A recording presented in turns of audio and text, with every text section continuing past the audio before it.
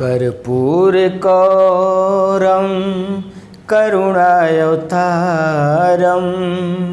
संसारसारं भुजगेन्द्रहारं सदा वसन्ते हृदयारविन्द्रे सदा वसन्ते हृदयारविन्द्रे भवं भवानी सहितं नमामि कर्पूरगौरं करुणावतारं संसारसारं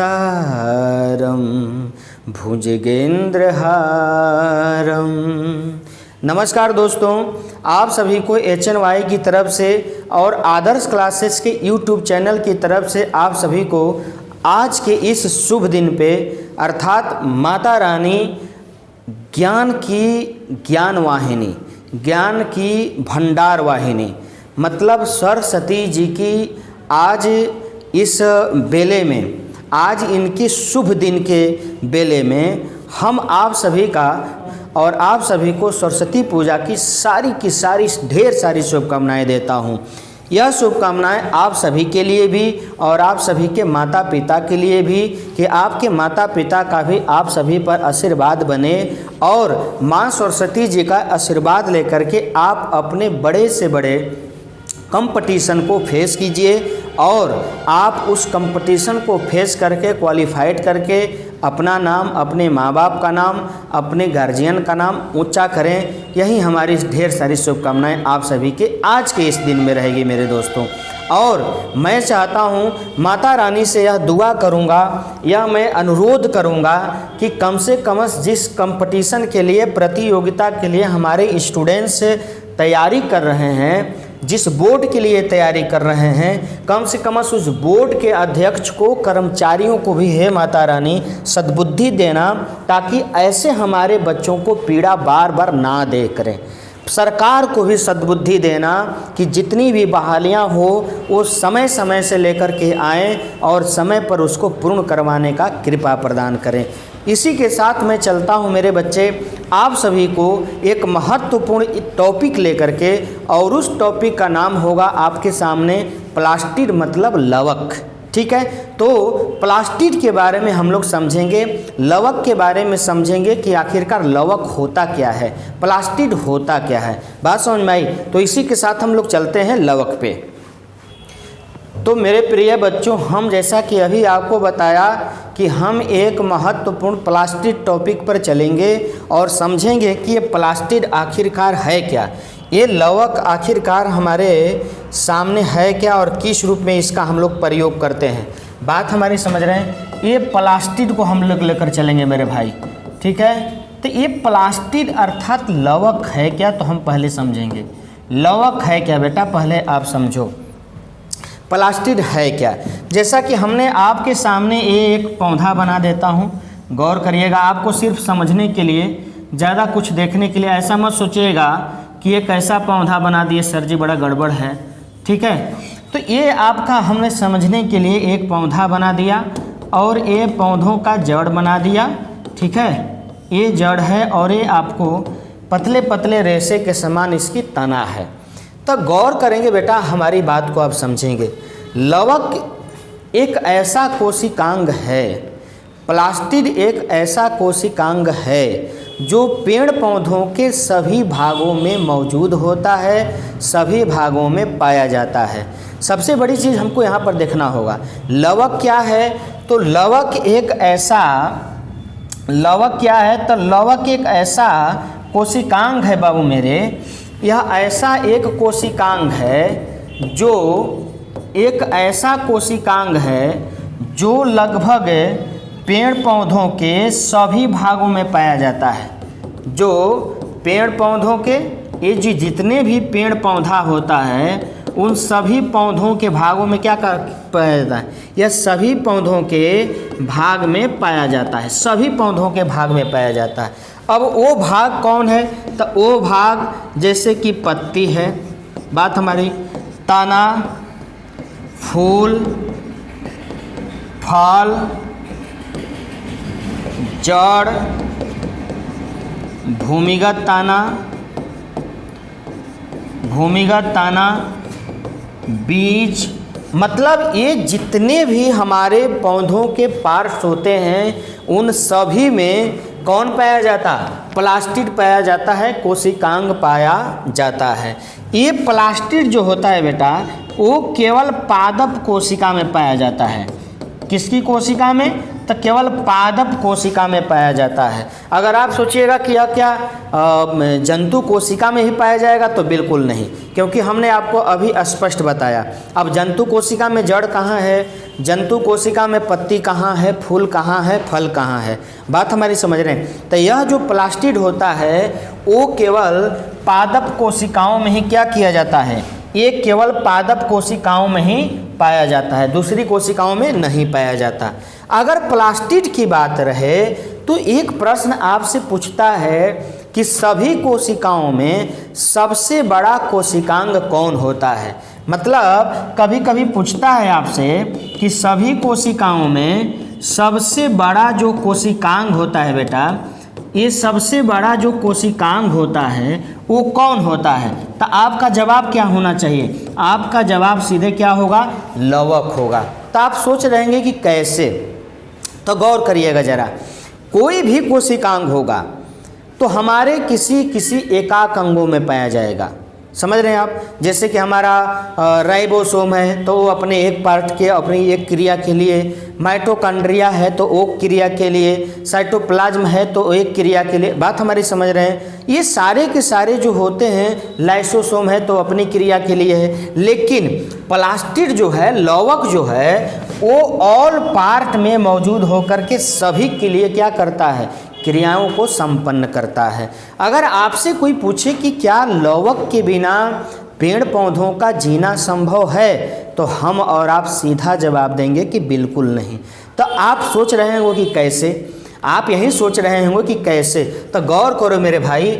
लवक जो होता है पत्ती में भी पाया गया, लवक जो होता है इसके फूल में भी पाया गया, बात हमारी समझ रहे हैं? लवक जो होता है ये फूल में भी पाया गया, समझ रहे हैं? और यही जो लवक होता है इसके फल में भी पाया जाएगा, एक जो फल होगा उसमें भी पाया जाएगा, कौन? लवक होगा, ठीक है। इसके बाद ऊपरी ताना में भी पाया जाएगा, इसके बाद जड़ में भी पाया जाएगा, उसके बाद भूमिगत ताना में भी पाया जाएगा।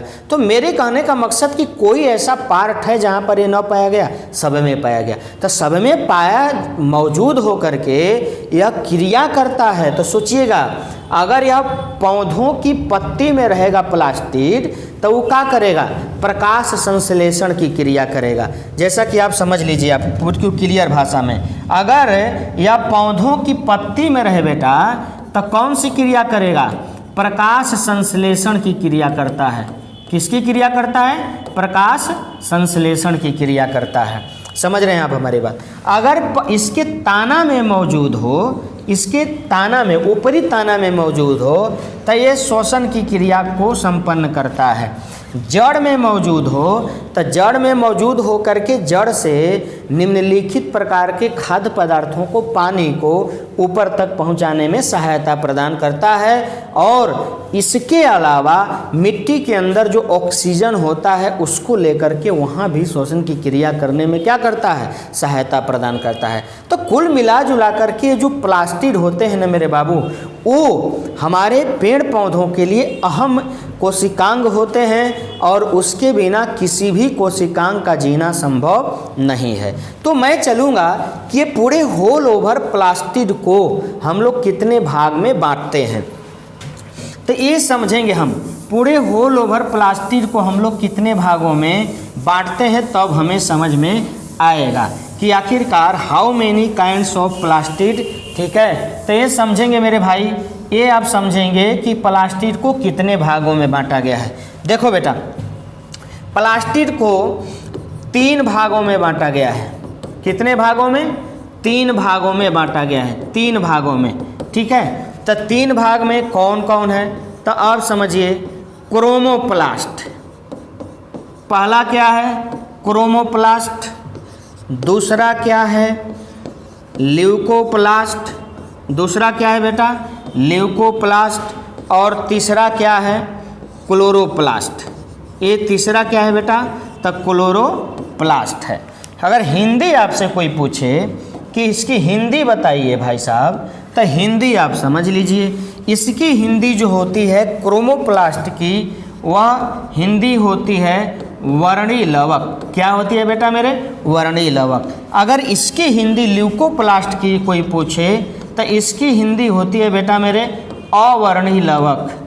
अगर आपसे कोई पूछे कि क्लोरोप्लास्ट की हिंदी क्या होती है, तो इसकी हिंदी होती है हरित लवक। ठीक है। There are 3 kinds of plastid in plant.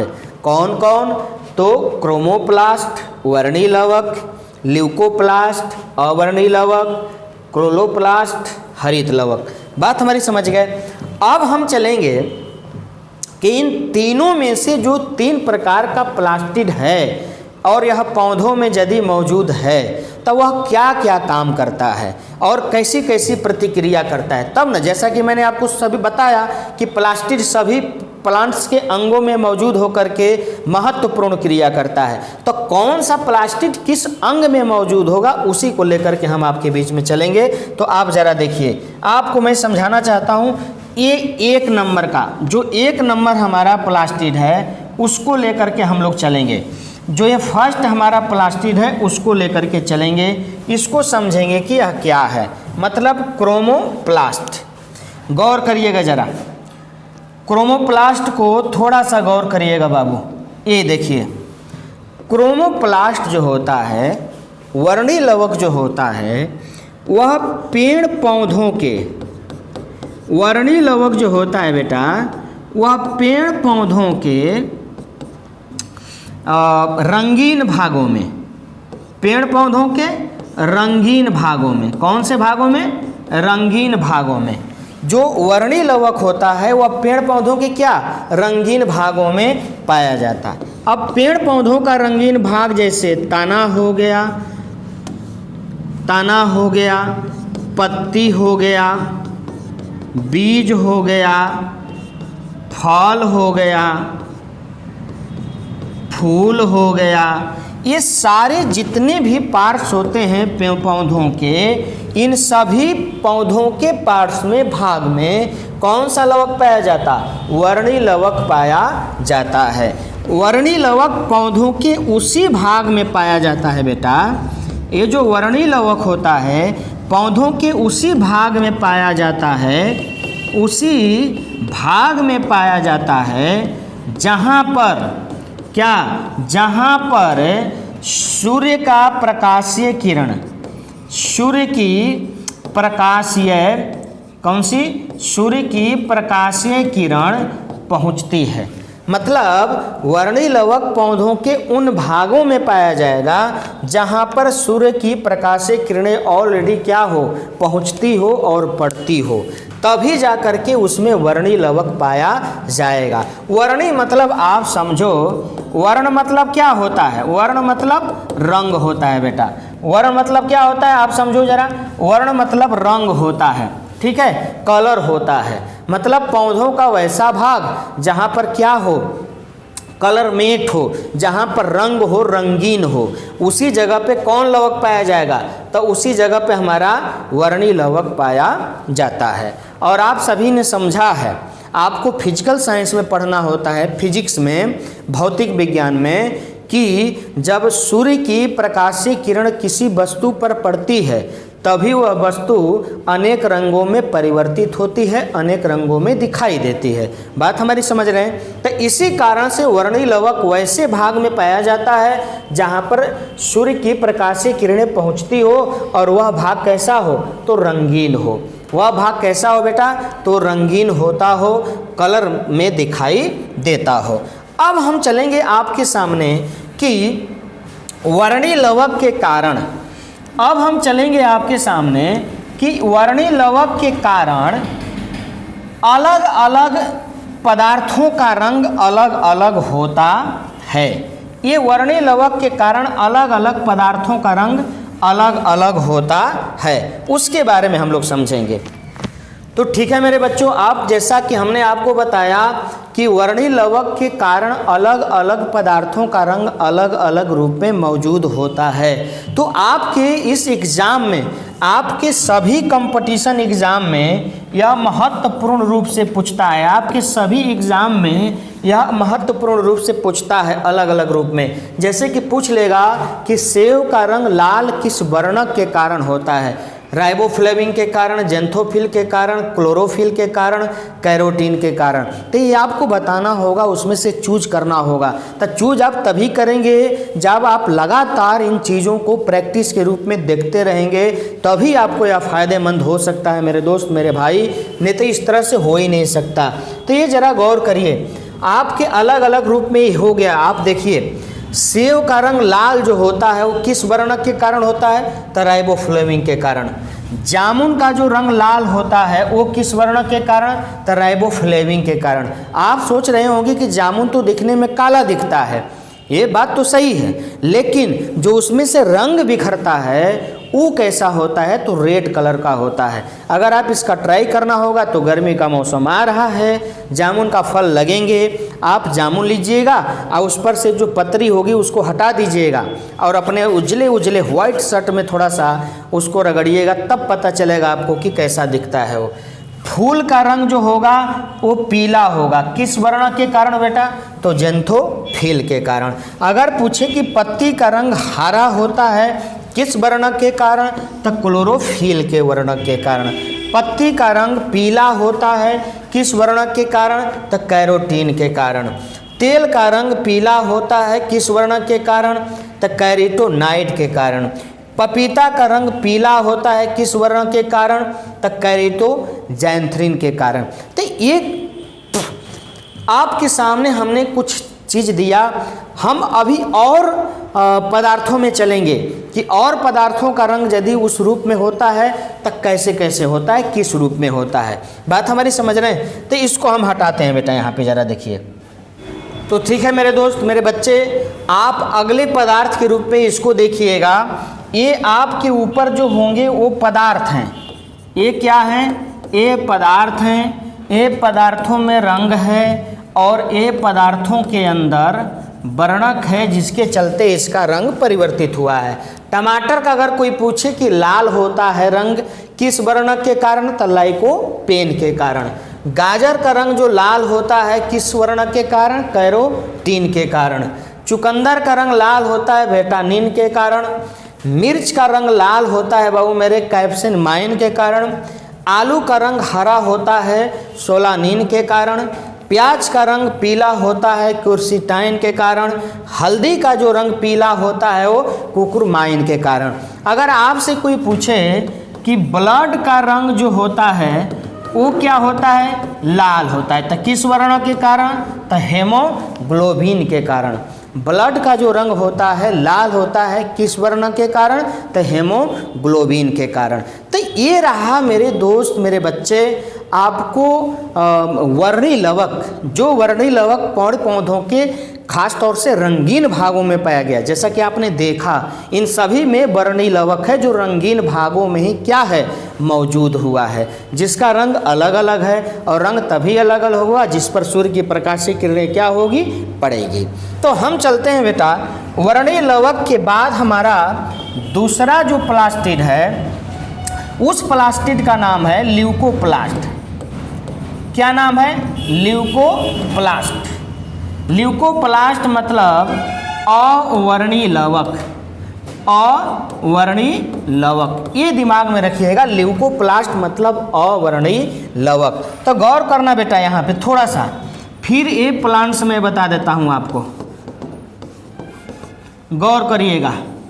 ये थोड़ा सा प्लांट्स में आपको दिखा देता हूँ, इसको सोचिएगा, थोड़ा सा थिंकिंग करिएगा, विचार करिएगा, तब आपको समझ में आएगा। देखिए ल्यूकोप्लास्ट क्या है, अवर्णी लवक क्या है, इसकी हिंदी होती है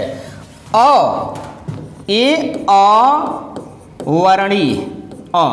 अब इसका हम संधि विच्छेद करेंगे बाबू मेरे, तो अ प्लस वर्णी।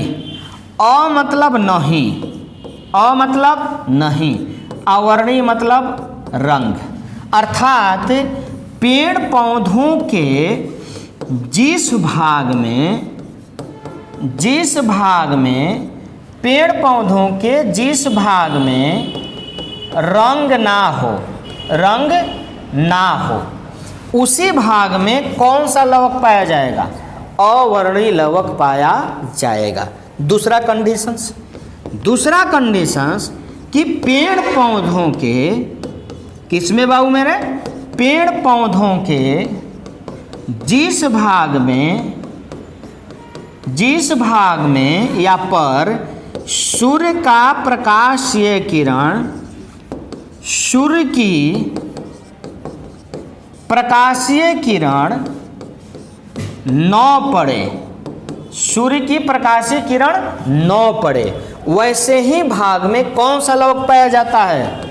तो अवर्णीय लवक पाया जाता है। गौर करिएगा जरा, जिस भाग का रंग ना हो अर्थात पेड़ पौधों का वैसा पार्ट जहाँ पर रंग ही ना हो, तो जिस पौधों के पार्ट में जिस पौधों के भाग में अगर रंग ना हो तो वह कैसा दिखेगा? तो सफ़ेद दिखेगा। बात हमारी समझ रहे हैं। दूसरा कंडीशन से यहाँ लेकर आया मैं कि पेड़ पौधों का वैसा भाग जिस पर अर्थात जिसमें सूर्य की प्रकाशीय किरणें न पहुँचे। तो गौर करना बेटा यहाँ पे थोड़ा सा, ये हम सूर्य बना लेते हैं, ठीक है, ये आपका सूर्य हो गया, ये सूर्य हो गया, समझ रहे हैं आप? सूर्य की प्रकाशीय किरणें यहाँ से निकलती है, आ गई निकल करके तो मिट्टी पर पड़ेगी, सबको स्वाभाविक है, इस पर पड़ जाएगी, इस पर पड़ेगी, फूल पर पड़ेगी, बाहरी तना पर पड़ेगी, लेकिन कहाँ नहीं पड़ेगी? गौर करना, जब सूर्य की प्रकाशीय किरणें सब पर पड़कर जब मिट्टी पर आती है तब बताओ जरा, क्या यह मिट्टी के अंदर भी प्रवेश कर पाएगी? क्या मिट्टी के अंदर प्रवेश कर पाएगी? तो हमारा जवाब होगा नहीं। तब मिट्टी के अंदर पेड़ पौधों का कौन सा भाग होता है बेटा, बताओ जरा?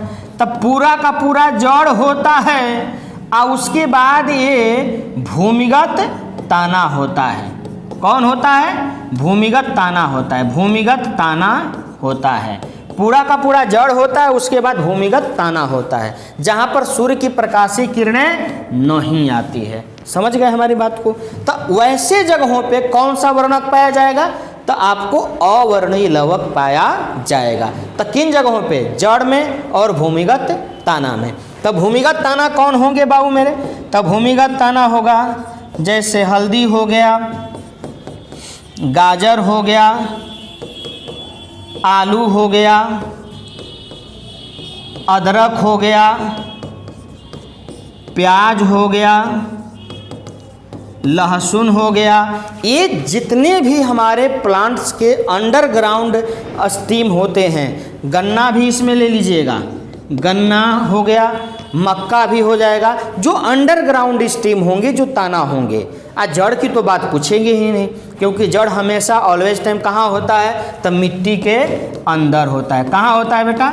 मिट्टी के अंदर होता है। ठीक है, तो यही हमारा अवर्णीय लवक है, जो सूर्य का प्रकाश जहाँ पर नहीं पहुँचता है वहीं पर जाकर के अवर्णीय लवक क्या होता है? मौजूद होता है, पाया जाता है। और अवर्णीय लवक जहाँ पर मौजूद होता है वहाँ का रंग कैसा होता है? तो ऑलवेज टाइम वाइट होता है, सफ़ेद होता है। तब पौधों के तना का रंग, अंडरग्राउंड तना का रंग कैसा होता है बेटा? तो ऑलवेज टाइम हमेशा क्या होता है? सफ़ेद होता है। बात हमारी समझ रहे हैं? तो ये हमारा अवर्णीय लवक हुआ। अब हम चलते हैं आपके बीच में तीसरा लवक लेकर के, और तीसरे लवक का नाम है बाबू मेरे, ये तीसरे लवक का नाम है आपका क्लोरोप्लास्ट। क्या नाम है? क्लोरोप्लास्ट। ये तीसरे लवक का नाम आपको क्लोरोप्लास्ट है, जिसकी हिंदी होती है हरित लवक। जिसकी हिंदी होती है क्या? हरित लवक। तो गौर करें बेटा, आप थोड़ा सा समझिएगा। अब फिगर नहीं बनाता हूँ, आपको एक ही चीज़ बताना है। हरित लवक जो होता है, ये हरित लवक जो होता है वह पेड़ पौधों के हमेशा हरे भाग में, पेड़ पौधों के हमेशा हरे भाग में पाया जाता है। पेड़ पौधों के हमेशा हरे भाग में ही पाया जाता है। दूसरी चीज़ हम आपको बताना चाहता हूँ कि ये जो हरित लवक है हमेशा पौधों के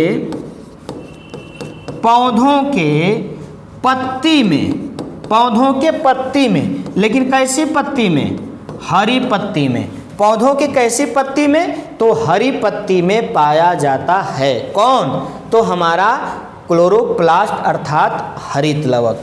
ये जो क्लोरोप्लास्ट होता है बेटा, इस क्लोरोप्लास्ट के अंदर इसका जो मूल वर्णक होता है, हरित लवक का जो मूल वर्णक होता है, उस मूल वर्णक को हम लोग क्या बोलते हैं? तो क्लोरोफिल कहते हैं।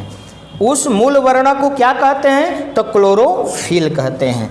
और इस क्लोरोफिल का जो निर्माण होता है वो ग्रेना नामक पदार्थ से होता है। किसका? ग्रेना नामक पदार्थ से होता है। ग्रेना बनता किससे है? तो ग्रेना बनता है मैंगनीज से। मैंगनीज से कौन बना? तो ग्रेना। ग्रेना से कौन बना? तो क्लोरोफिल। क्लोरोफिल किस हरित लवक का वर्णक का है? लवक का सहायक वर्णक है, मूल वर्णक है, तो आपको हरित लवक का। बात हमारी समझ रहे हैं? अब जरा ये आप अगला पार्ट में समझिए। क्लोरोफिल जो होता है, इस क्लोरोफिल का जो सहायक तत्व होता है वो मैग्नीशियम होता है। क्लोरोफिल का जो सहायक तत्व होता है वो क्या होता है? मैग्नीशियम होता है। बात हमारी समझ रहे हैं? हरित लवक हरे भाग में पाया जाता। हरा भाग कौन है? तो पौधों की पत्ती है। इस हरित लवक का जो मूल वर्णक होता है वो क्या होता है? क्लोरोफिल होता है। क्लोरोफिल का निर्माण किस पदार्थ से? ग्रेना से। ग्रेना का निर्माण किस तत्व से? मैग्नीज से। ठीक है। क्लोरोफिल का जो मूल वर्णक होता है, सहायक तत्व होता है, वो क्या होता है बेटा? तो हमारा मैग्नीशियम होता है। गौर करिएगा जरा। ये जो हरित लवक होता है वह प्रकाश संश्लेषण की क्रिया, कौन सी? प्रकाश संश्लेषण की क्रिया जो होती है उस क्रिया में हरित लवक महत्वपूर्ण सहायता प्रदान करता है। क्यों? क्योंकि हरित लवक में, ये जो हरित लवक होता है उसमें क्या? क्लोरोफिल पाया जाता है। क्या पाया जाता? क्लोरोफिल पाया जाता। ठीक है। और प्रकाश संश्लेषण की क्रिया के लिए किसकी आवश्यकता होती है? Chlorophyll plus CO2 plus H2O। बात हमारी समझ रहे हैं? ये इन चीज़ों की आवश्यकता होती है प्रकाश संश्लेषण की क्रिया के लिए। गौर करिएगा। प्रकाश संश्लेषण की क्रिया में हरित लवक जो होता है वह मूल रूप से सहायता प्रदान करता है। क्यों? क्योंकि इसका जो मूल वर्णक होता है वो क्लोरोफिल होता है। क्लोरोफिल जो होता है हरी पौधों में, पत्तियों में पाया जाता है और वहाँ पर मौजूद होकर के पेड़ पौधों के अंदर प्रकाश संश्लेषण की क्रिया को संपूर्ण करवाता है। जिसके उपरांत क्या होता है बेटा? प्रकाश संश्लेषण की क्रिया के उपरांत पेड़ पौधों को किसका निर्माण होता है? भोजन का निर्माण होता है। यही कारण होता है कि क्लोरोफिल को, किसको?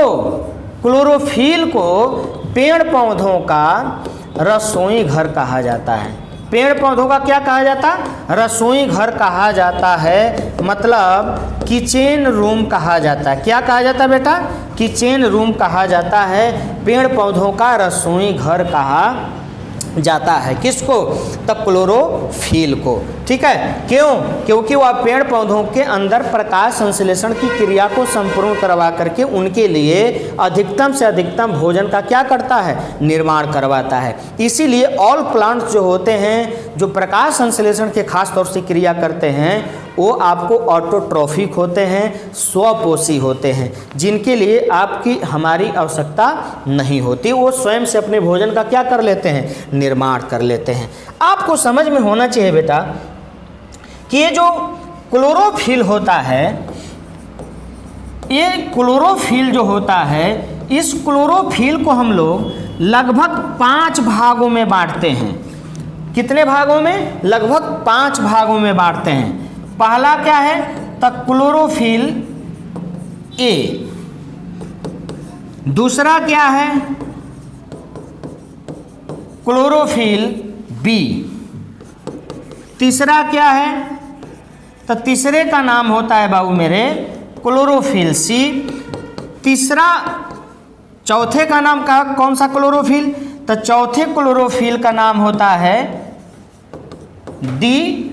और ये पांचवें क्लोरोफिल का नाम होता है, ये जो पांचवें क्लोरोफिल होता है इस क्लोरोफिल का नाम होता है ई। मतलब how many kinds of chlorophyll, तो आप क्या जवाब दीजिएगा? तो 5। क्लोरोफिल कितने प्रकार के? तो 5 प्रकार के। Chlorophyll A, chlorophyll B, chlorophyll C, chlorophyll D और क्लोरोफिल ई। बात हमारी समझ गए? एक कंडीशंस। अगर आपसे कोई पूछे कि इनमें से क्लोरोफिल ए क्या है, इनमें से क्लोरोफिल ए क्या है, तो इसमें से क्लोरोफिल ए जो होता है वो मूल वर्णक होता है। ए मूल वर्णक होता है। कौन सा? मूल वर्णक होता है। अर्थात यह पेड़ पौधों के अंदर हरे रंग का निर्माण करता है। किसका निर्माण करता है बेटा? हरे रंग का निर्माण करता है।